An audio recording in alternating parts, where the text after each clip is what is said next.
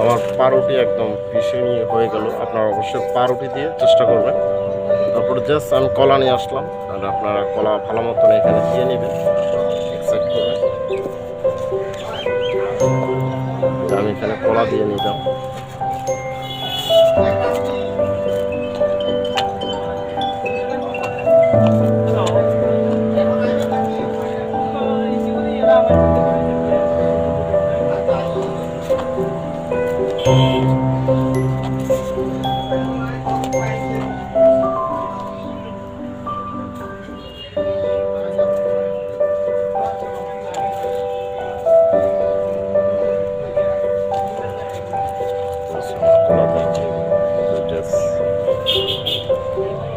এখানে আপনারা অবশ্যই হালকা পানি দিবেন।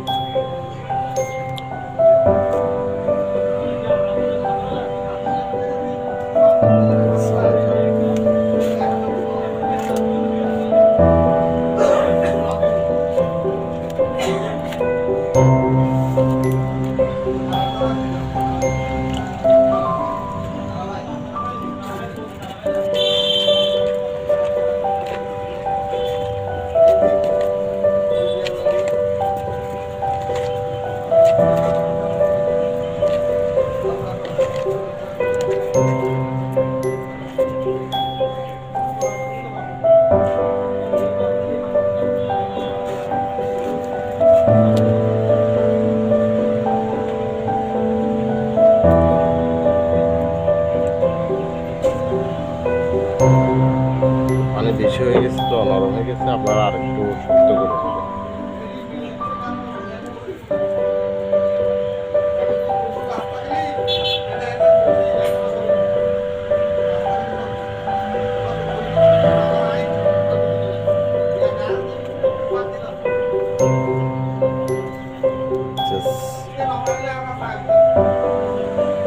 বেশি নরম হয়ে গেছে তো জাস্ট 2টি টুপ হয়ে গেল। তো আপনারা অবশ্যই এইভাবে কলার টুপ সহজে বানিয়ে নিতে পারবেন।